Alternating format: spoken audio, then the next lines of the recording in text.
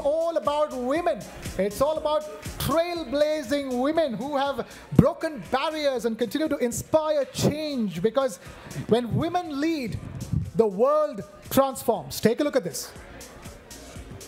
Half the world is women, but power, still not half. Not in boardrooms, not in parliaments, not in paychecks. This is not just a moral question. It is economic. Unlocking women's leadership could unlock trillions. For nations, for businesses, for futures. Tokenism is over.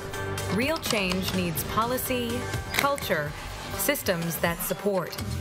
And courage that leads. From corporate towers to grassroots movements. From boardrooms to classrooms, women are rewriting the rules. And showing what leadership looks like. Women in leadership is not just balance. It is strength. It is society. It is the future. The playoff begins. All right, and for this playoff, we have a very, very special panel. Let me please request Dr. Sarita Elawat, the MD and co-founder of Botlab Dynamics, to please take the stage. Ms. Vanessa Bachhofer, Managing Director, Mack & Schneider, please requesting her to take the stage. We also have Captain Zoya Agarwal, Senior Commander, Air India. Please take the stage. And Ms. Evelyn de Gruyter, MD, Association of German Women Entrepreneurs, to please take the stage. Thank you, ladies. Thank you so much for taking time out to be with us here at the TV9 Global Summit Germany edition 2025. And for this very special women's panel, we have a very special woman referee. Sakshi, take it away. Thank you so much, Krishna. It's always empowering to have an all-women panel. Thank you so much, ladies, for joining the chat here. Dr. Elawat, let me first begin with you. I want to ask you why presence of a woman in the boardroom is not enough anymore, and what can we do to move beyond that, to have the actual presence? Hi, first of all, I want to say thank you to the organizers for having me here. Since morning, it has been wonderful experience, lot of learning, and it's a really great mix of German and Indian counterparts. A lot of good experience for all of us, so I would like to say thank you. And one big round of applause for the organizers. They have worked tirelessly. The work actually shows in how many panels and talks you guys have organized. Thank you. So before I get to your question, just a little bit about us, what we do.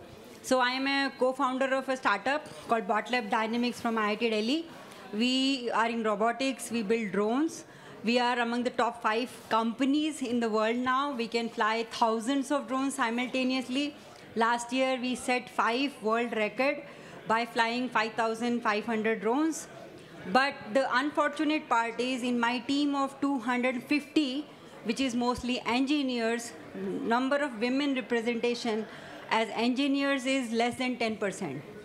And if you look at it, since morning, we had more than 60 members speak here, and again, the women speakers were less than 10%. We're talking more about 5%. And it is really representing in when you talk about founders, boards, and unless we have that number come close to equal 50-50, you will not have that representation. Now coming to your question, what women can do. So if you look at, so there is a great opportunity, not even just for women, but overall for economy. So if you look at all the tech companies, whether it's Google, Meta, NVIDIA, the number of women are less. And as a result, products that are women-oriented is less.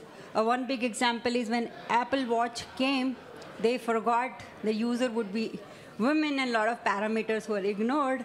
So if you have women representation in tech world, you can have products which are represented of women, and the economy can grow.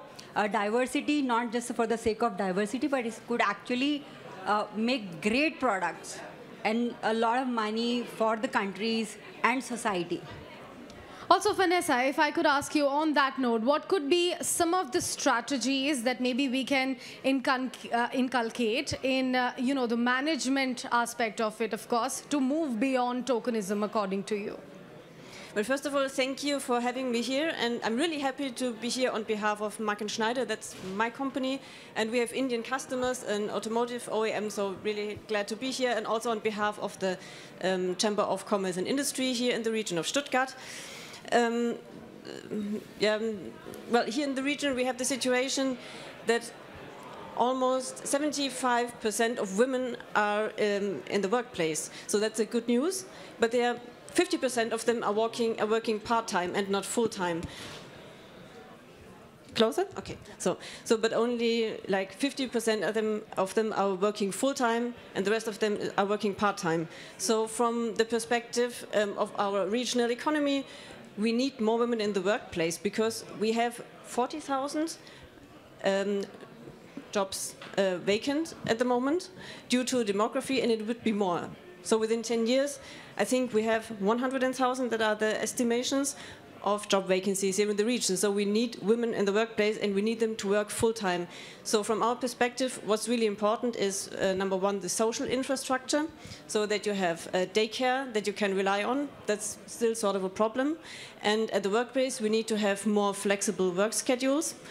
So at my company, we have, I don't know, maybe 80 different work models, especially designed for women and for people who need to take care of their parents or their relatives or whoever needs care. And also we need to promote leadership in women, because if you look at the numbers, you have 50% of women working in my company, but they are working in low-income professions, and this is not what we need. We need women that lead teams, that lead companies, that study something like STEM, like technical engineering, something like this, and not only the social professions. And as well, we need people, women, men, whoever, who are working in the care sector as well.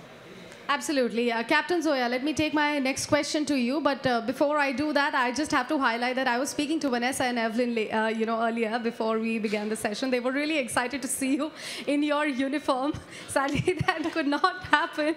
But I think a par suit would do too. So, Captain Zoya, let me take my next question to you.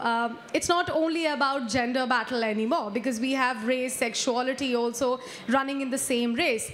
With all those aspects being in the very similar race, finding their own position in the boardroom, how do we tackle all of those challenges for us, for women? Okay, thank you so much for having me here. To all the organizers. It's a wonderful themed event where you're highlighting a lot of things, but I'm sorry for disappointing all of you because I didn't show up in my uniform, but I promise I'll show you a picture of it before I leave. To start with, I want to ask a question from the audience. How many people over here either own companies, OWN, own the companies, or work for an organization, or invest in stock market? Can you just raise your hands? Okay, so quite a few, right? And would you want 25% more profit for your company, for your organization that you're working for, or the one that you own, or maybe 47% higher return on equity? Yes? No? Yes? Yes? Okay. So there you go. You need to hire more women and give them a higher leadership position. As per the study of McKinsey, as well as a Harvard case study, they reported that if you have women in key leadership roles, not the middle management, but key leadership roles, you can boost your financial projections by 25%. That's the McKinsey. And as per the Harvard study, if you have women in similar roles, your return on equity is 47% higher. Can you beat that? So I think the whole struggle is we have tokenisms, we have the reservation, quota, positive action, so many names, right? But what we don't have the ability, once we hire those people, to follow through, to really listen to them, to see the value they bring on the table, to see beyond the makeup and the power suits and the looks, and not label them. I think that's where the challenge lies. And so long as we can move beyond that and see women for the actual value they bring, the skill, the professionalism. For example, when I joined my organization quite some time back, I was the 5th pilot in the whole ecosystem. And I was the youngest. And I was this really bubbly girl with earrings and makeup on. And somebody asked me, like, we're not used to seeing girls like that with makeup on. And as stupid as it was, or call it dumb or call it naive, I don't know what it was, I told that person, get used to it. And after that, I had to prove myself for my work 200% harder than my male counterparts. But once I did that, the respect was permanent. But why does a woman have to do that? Why don't we start with status quo? And for that, I think if we come back, trace the steps backwards, is the problem is with us. It's not with the system. We often want to blame. The problem starts with us. That's the root. And unless we don't change the way we think, unless we don't change the way we perceive our children as boy or girl, things are not going to change. Because remember, dreams do not have a gender. Neither do aspirations. Thank you. That's a beautiful answer. That's a beautiful answer. Evelyn, do you agree with that? Because after having proven ourselves, we are still asking for a better space. We are still asking for a broader space. Yes, I can only echo the words all three others said. My name is Evelyn de Gruyter. I'm heading the Association of Female Entrepreneurs in Germany. And the association was founded back in the 50s. Thank you. Back in the 50s. And our founder, she was the owner of a big steel mill. She tried to get access to other associations. The DIHK, BDA, BDI, those big industry associations here in Germany. And they said, oh, you should love women, but you shouldn't do business with them. And also, it's just a permanent thing after World War II. So she founded 30 other women, very well-known families here in Germany, like Balsen, the cookie company, and other very famous names. And they founded this association. And you know, back in the 50s, women in Germany still needed the permission of their husbands to go to work or to open up a bank account. So a lot of things changed, but there are still barriers to break. So I can echo what you said. I mean, we have to work on it, and it doesn't only help if we have women on the boards, but they also, the culture in the companies have to change so that they can really get through. And we need the female perspective in, especially in startups, because I mean, how can you leave out 50% of the population? And also what Vanessa said, we need also structural changes in the system, especially what, when it comes to the combination of family and work-life balance. Thank you. That's really interesting, and I take immense pleasure while I highlight that, you know, this is not just based on the gender that we are asking for better opportunities or more opportunities in the boardroom, but I will speak on the behalf of every female present in this newsroom, in fact, that we are asking on the basis of merit, right, Dr. Elawat? We are not asking you for the opportunities just because we are female. We can prove it to you. According to you, how can we also groom the younger women, the young girls for those bigger opportunities? To bring equality, I think the numbers are not in our favor.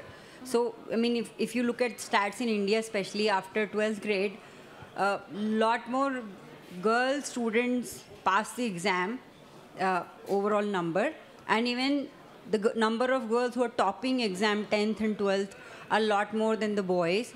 But as the girls are graduating and then take post-graduation, then PhD and postdoc, and each stage we are losing certain number of female candidates. And when they come, they show up in the jobs. So to begin with, we have a very small ratio to work with. And then expecting that you have this 3% workforce or 5%, and I'm only talking about STEM.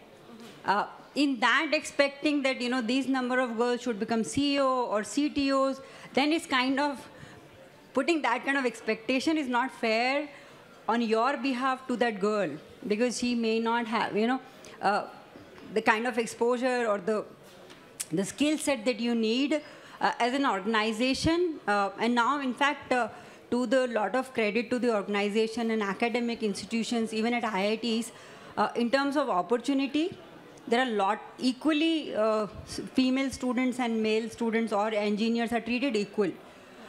So I think the struggle is not at mentoring or giving an opportunity. The struggle is the entry point, the ratio is very skewed. You're talking 90 to 10 or 80 to 20 and expecting those 20 will outshine everyone, and there are very few Indra Nooyi or Kiran Majumdar. So those are less examples because you're dealing with smaller numbers. What I feel what can be and should be done, as my colleague talked about, making the work more encouraging, where women can work according to their needs, because there is a family and other things. So if the work start accommodating female, social requirement or responsibilities, and I think those problems can solve. I mean, this is a very serious problem, and Europe has been developed for a very, very long time, and still Europe, US are struggling. Like how many CEOs in US leading the tech companies, and same goes in Europe, and same is in India. So it's a very serious problem, and it has to go beyond this conversation at a root cause level. We need to address, starting from school and addressing why women are falling behind, and then making it a norm that we address it.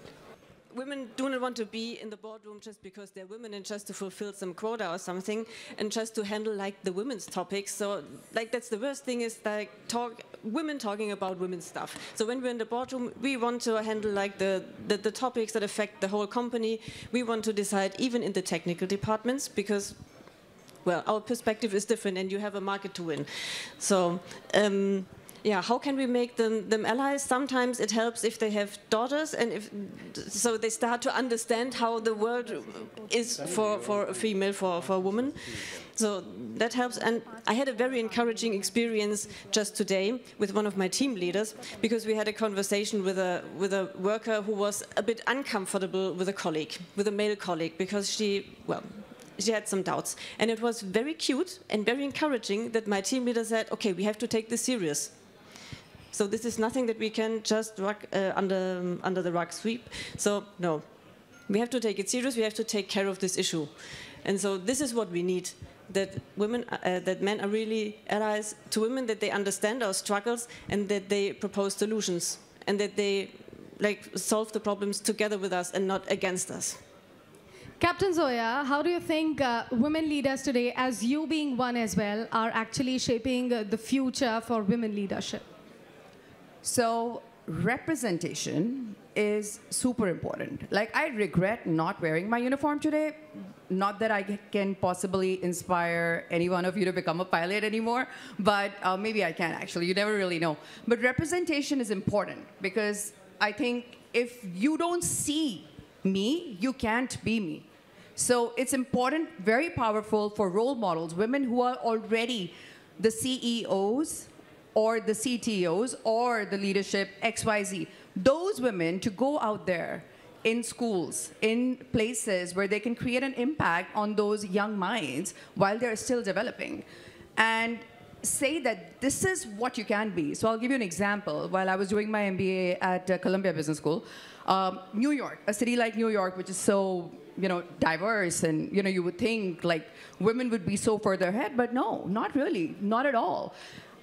So we have our nonprofit in India, which basically focuses on training young girls from disadvantaged backgrounds for aviation careers, like pilots, air traffic controllers, maintenance engineers. We had similar thing over there. And for that, I would go to a lot of schools where you would have people from disadvantaged and marginalized backgrounds. And once I was giving a boring lecture to young girls over there, a room full of them, and they were listening to me, and I asked them one question. They were probably so bored of my chatter, and I said, what do you want to become when you grow up? And they told me, I want to become Kim Kardashian, I want to become, you know, like this model and that model, because that's what they see. That's social media, that's everywhere, that's a representation for them. And then the school played my big picture in a Boeing 777 flight deck with me in the uniform. And they were like, oh my God, I want to be like you. And they were, all of them were so fascinated with that thought that they can possibly do something like that and still look like a girl and still be fine, you know, because that representation, I'm a pilot. You have her. If we go out there, this is power, and that represents change. I think this representation is important to change the future of tomorrow. Thank you. Beautiful. And last but not the least, Evelyn, let me come back to you and ask you about, you know, the role of government, of course, and the civil society in shaping a better landscape for women. Yes, it's interesting because internationally it's all the same all over, and we as an association have the big honor to represent Germany within the W20, which belongs to the G20. And I had the honor to visit India in back for the big G20 summit, and it's very important. Well, I'm a little bit like you, Vanessa, that I say don't put women topics aside to an extra process, but it's so important to keep up the things we gained already, because we are facing a major backlash in the moment. I was attending the biggest UN conference in New York City this March, and the representative of the Vatican State, she said on the stage that women finally get back to their designated role of raising kids and caring for the family. And I mean, this is shocking. So we have to stand together also, that we don't face this backlash and keep on fighting. Beautiful. And unfortunately, I have completely run out of time on this discussion here. I wish it could have gone a bit more longer than that. But thank you so much, ladies, for joining us you know, here for the conversation. I will just quickly steal the line that Mr. Barun Das said yesterday, that all you beautiful women are the jewels to our crown. So thank you so much to all you jewels. Krishna, back to you. As usual, requesting everybody, all the wonderful women on stage, to please stay on stage.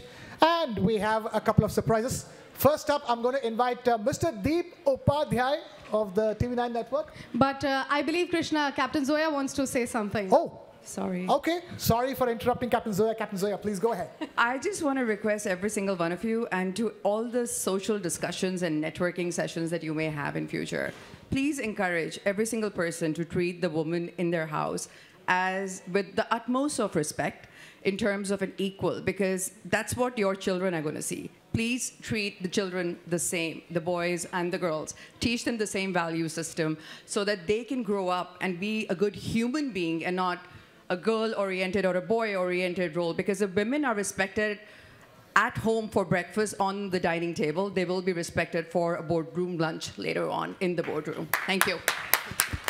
Thank you, Captain Zoya, for that very strong and important message that needs to be heard loud and clear all across the world. Thank you so much for that, Captain Zoya. Thank you for that. And requesting all the wonderful ladies to stay back. I'm going to invite Mr. Deep Upadhyay of the TV9 Network to please take the stage and present the shawls from the TV9 Network first. And then we have a massive surprise from Stuttgart after that.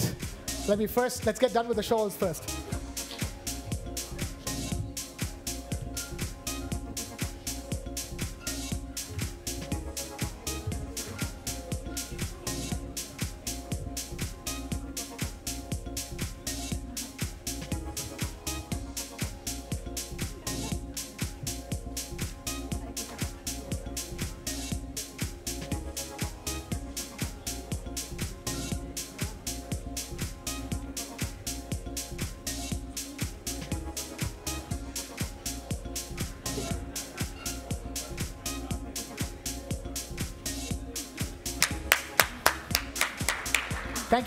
Thank you, Deepji. Also, stay back with us, Deepji, on the stage. Okay, right, time now for a massive surprise from 4FB Stuttgart. The man who's going to present the scarves from Stuttgart side has been a legend of VfB Stuttgart for 50 years. He was also the Europameister back in the year 1980. Ladies and gentlemen, please put your hands together for Hansi Müller.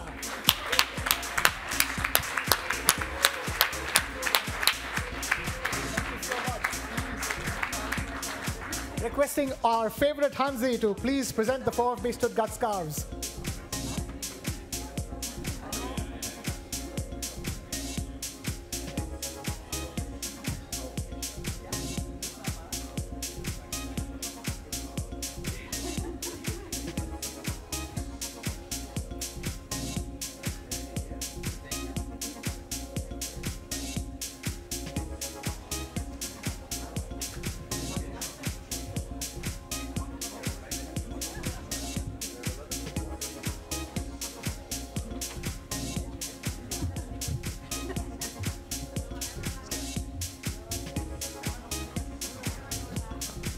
Right, quick photo op.